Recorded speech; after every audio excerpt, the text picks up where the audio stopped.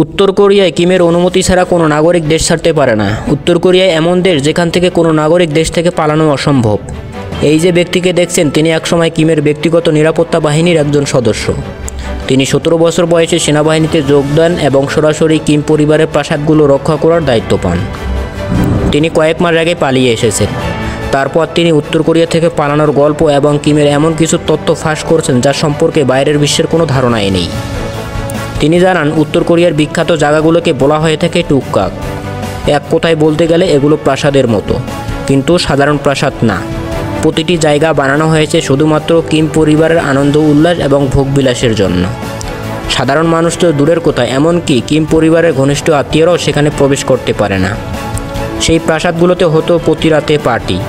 রাত 8টা থেকে শুরু হতো, চলতো রাত 2টা-3টা পর্যন্ত। সেখানে আসতো কোরিয়ার সবথেকে সুন্দরী এবং তরুণীরা, বয়স 17 থেকে 20-এর মধ্যে।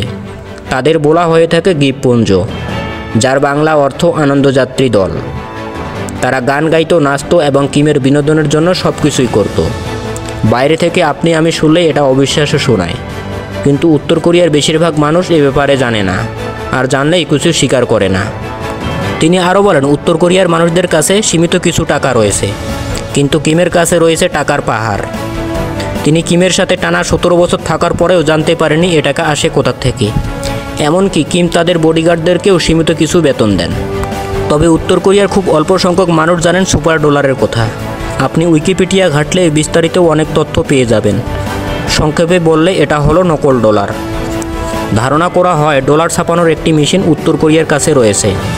সাধারণভাবে চিন্তা করলে বুঝতে পারবেন একটি সাধারণ পারমাণবিক বোমা তৈরি করতে কমপক্ষে 5 থেকে 6 হাজার কোটি টাকা লাগে।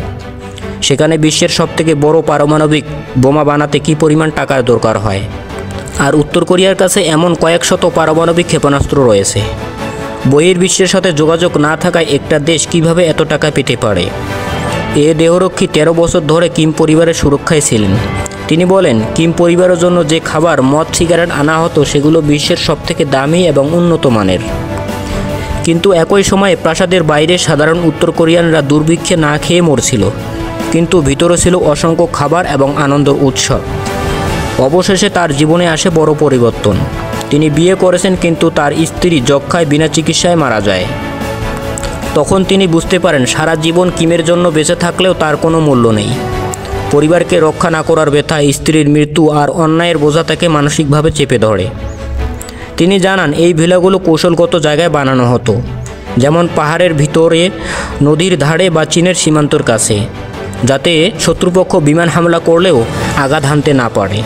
এমনকি জরুরি মুহূর্তেও সেখানে ছিল পালিয়ে যাওয়ার জন্য বিশেষ পথ।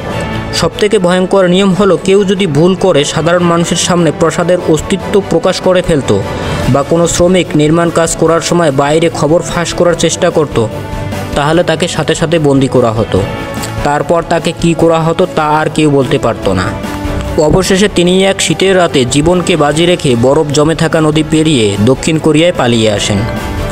তিনি বলেন উত্তর কোরিয়া থেকে পালানো এটা কখনো সহজ নয়। এটা মানে মৃত্যু মেনে নেওয়া। ধরা পড়লে তাকে মেরে ফেলা হবে, আর পার হতে না পারলে বরফের নদীতে ডুবে যেতে হবে। কিন্তু তার মনে হয়েছিল যাই হয়ে যাক না কেন তাকে এখান থেকে মুক্তি পেতে হবে।